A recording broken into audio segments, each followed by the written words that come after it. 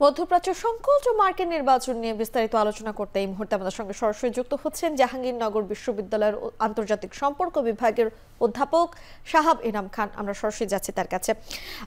Sir, আপনাকে স্বাগত জানাচ্ছি আমাদের এখন বিদেশের আয়োজনে। আপনার কাছে শুরুতে একটু জানতে চাই, ইরানকে জোর করে সংঘাতে টেনে আনা হচ্ছে কিনা? আপনার আসলে কি মনে হয়, ইসরায়েলের পাল্টা জবাব অথবা ইরানের যদি পারমাণবিক স্থাপনায় হামলার আশঙ্কা বলা হচ্ছে, সেটি আসলে কতটা যৌক্তিক, কিংবা আদৌ ইরান কিংবা ইসরায়েল পূর্ণ মাত্রায় কি সংঘাতে তারা জড়াবে? ধন্যবাদ। আমার মনে হয় এইখানে দুটো জিনিস মনে রাখা দরকার আমাদের। প্রথমটা হলো যে ইরান এবং ইসরায়েল যে তারা একজন আরেকজনকে আঘাত প্রতিঘাত করছে, এটা তাদের ডোমেস্টিক পলিটিক্স এর সাথে সরাসরি জড়িত। কারণ বারবার ইসরায়েলের যেসব স্থাপনা বা মিত্র আছে তাদের উপরে ইসরায়েল আঘাত করে যাচ্ছে। ইসরায়েল করছে বিকজ নেতানিয়াহুর একটা ডোমেস্টিক পলিটিক্যাল কনস্টিটিউশন যেখানে তার অবস্থান দুর্বল, সেই জায়গাতে নিজের অবস্থানকে পাকাপোক্ত করার জন্য। অন্যদিকে ইরানের জন্য এটা এখন প্রেস্টিজ ইস্যু হয়ে গেছে, কারণ তার যে ক্ষমতার বিষয়গুলি আছে সেগুলি এখন স্বাভাবিকভাবেই প্রশ্নের মুখে পড়েছে। সুতরাং এই জিনিসটা বহুদিন চলবে। এখানে ইরানকে আসলে টেনে আনা হচ্ছে না, দুই পক্ষই নিজেদেরকে এখানে নিয়ে আসছে।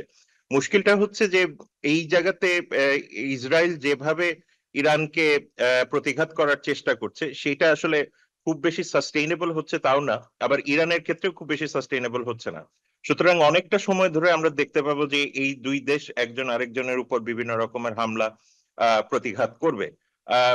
ইসরায়েলের একটা মুশকিল হচ্ছে যে ইসরায়েল অনেক দিকেই তার যুদ্ধের অবস্থাটা তৈরি করেছে, লেবানন, প্যালেস্টাইন। সেই কারণে স্বাভাবিকভাবে ইজিপ্ট, জর্ডান, এইসব দেশগুলির উপরে এক ধরনের বড় রকমের প্রেসার তৈরি হচ্ছে। অন্যদিকে আবার ইরানের যারা মিত্র, তাদেরও মধ্যেও এক ধরনের বড় প্রেসার তৈরি হচ্ছে। সুতরাং মধ্যপ্রাচ্যেও আমরা খুব একটা যে স্বস্তিদায়ক অবস্থা অতি শীঘ্রই দেখবো সেটার কোনো সম্ভাবনা নাই। স্যার, এই উত্তপ্ত একটি পরিস্থিতির মধ্য দিয়ে যুক্তরাষ্ট্রের ভূমিকাটা আসলে কিভাবে দেখছেন? সংঘাত ঠেকাতে আদৌ আসলে তারা কি কোনো কার্যকর পদক্ষেপ নেবে কিনা, কি মনে হয়? প্রথম কথা হলো যে এই সংঘাত ঠেকাতে হলে মধ্যপ্রাচ্যের দেশগুলির মধ্যে যে বিভেদ আছে সেটাকে কমিয়ে মতৈক্যের মাধ্যমে সেটাকে করতে হবে। মার্কিন যুক্তরাষ্ট্র বা পশ্চিমা বিশ্ব কিংবা বাইরের অন্যান্য যে দেশগুলি আছে তারা এখানে খুব বেশি সংঘাত প্রশমন করতে পারবে না। প্রথম কারণটা হলো যে মার্কিন যুক্তরাষ্ট্রের ইসরায়েলের প্রতি এক ধরনের যেটাকে আমরা বলতে পারি আনুগত্যই আছে। ভোটারদের মধ্যে যদি দেখেন, একটা বড় সংখ্যক ভোটার যারা সিনিয়র ভোটার, যাদের বয়স আপনার মনে করেন 40-এর উপরে, তাদের বেশিরভাগই ইসরায়েলকে সাপোর্ট করে। এই ইসরায়েলকে ওয়েপন দেওয়া, ইসরায়েলকে মিলিটারি সাপোর্ট দেওয়া। অন্যদিকে প্যালেস্টাইনের প্রতি যে একটা আস্থার জায়গা তৈরি হচ্ছিল, সেই জায়গাতেও আমরা এখন বিভিন্ন পোলে দেখতে পাচ্ছি যে কমে যাচ্ছে।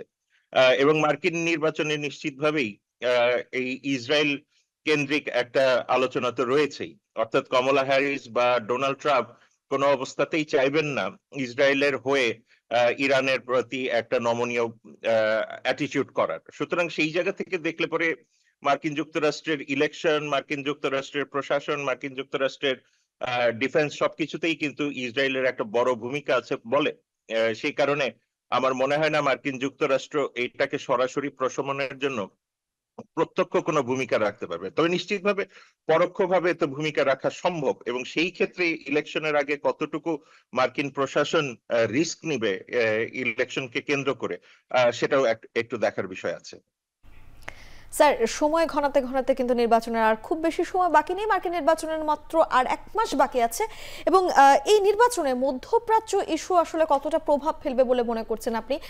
সময় স্বল্পতার কারণে আমি আরও একটি প্রশ্ন একসঙ্গেই করতে চাই আপনার কাছে। সেটি হচ্ছে যে, ট্রাম্প একটি বক্তব্য বলেছে, আমরা শুনেছি যে তিনি যদি ক্ষমতায় আসেন তাহলে রাশিয়া ইউক্রেন যুদ্ধ এবং মধ্যপ্রাচ্য সংঘাত দুটোই বন্ধ হবে। তার আসলে এমন বক্তব্য কতটা যৌক্তিক বলে মনে করছেন আপনি? প্রথম কথা, ট্রাম্প কখনোই চান না যুদ্ধ হোক, কারণ তিনি মার্কেন্টাইল এবং অর্থনীতির উপরে বেশি জোর দেন। সেই কারণে তার স্বাভাবিকভাবে যুদ্ধের প্রতি আগ্রহের জায়গাটা কম। তবে এটাও তিনি বলেছেন তার নির্বাচনী আলোচনার মধ্যে যে ইরানের নিউক্লিয়ার স্থাপনার উপরে বোমার আঘাত করা উচিত। এটা করলে কিন্তু ইরানও কিন্তু গতকালকে বলেছে যে তারা বসে থাকবে না। তার মানে হলো তারা যেটা চাচ্ছে যে তাদের নিউক্লিয়ার ডক্ট্রিনটাও পরিবর্তন করতে। সুতরাং সেই দিক থেকে আমরা যদি চিন্তা করি এই ট্রাম্প আসলেই যে সমস্যার সমাধান হবে সেইটারও কোনো লক্ষণ এই মুহূর্তে দেখা যাচ্ছে না। তবে এটা ঠিক যে মার্কিন যুক্তরাষ্ট্রের ইলেকশনে ইসরায়েল কেন্দ্রিক বা ইরান কেন্দ্রিক যে পলিসি সেটা সাংঘাতিক রকমের ইম্প্যাক্ট এই মুহূর্তে করছে। তবে এটাও মনে রাখা দরকার যে মার্কিন যুক্তরাষ্ট্রের ইলেকশনে শুধুমাত্র ইসরায়েল বা ইরানই বড় ভূমিকা রাখে না, অন্যান্য বিষয়গুলিও আছে। আমরা দেখছি যে ইসরায়েল লবি খুব স্ট্রং, সেই কারণে বড় রকমের একটা প্রেসার তৈরি হচ্ছে ইসরায়েলের উপরে, এই মার্কিন যুক্তরাষ্ট্রের দুই পলিটিক্যাল পার্টির উপরে, এবং এই দুই পলিটিক্যাল পার্টির যেই ক্ষমতায় আসুক না কেন তাদের মধ্যে যে খুব বেশি বিস্তর ফারাক হবে দুই দেশের মধ্যে, মানে ইরান কেন্দ্রিক বা ইসরায়েল কেন্দ্রিক, এটাও ভাবার কোনো কারণ নেই। তবে এটা ঠিক যে ডোনাল্ড ট্রাম্পের সময় হয়তো আমরা অনেক বেশি নেগোসিয়েশনের জায়গা দেখব, যে কারণে সৌদি আরবিয়া, কাতার এইসব দেশের সাথে ট্রাম্পের সম্পর্কের একটা বড় রকমের অ্যাগ্রেসিভ ভূমিকা দেখব। অন্যদিকে যদি ডেমোক্রেটরা আসেন খুব স্বাভাবিকভাবেই তারা হয়তো বা নেগোসিয়েশন কিছুটা করলেও তাদের ওই নেগোসিয়েশনের এফেক্টিভনেস নিয়ে যথেষ্ট প্রশ্ন থাকবে। সুতরাং সব দিক থেকে যদি আমরা চিন্তা করি মার্কিন যুক্তরাষ্ট্রের নির্বাচনে ইরান, ইসরায়েল, প্যালেস্টাইন খুব গুরুত্বপূর্ণ ভূমিকা রাখবে আগামী 30 দিনের মধ্যে। স্যার, আপনাকে ধন্যবাদ আমাদের সঙ্গে যুক্ত হওয়ার জন্য।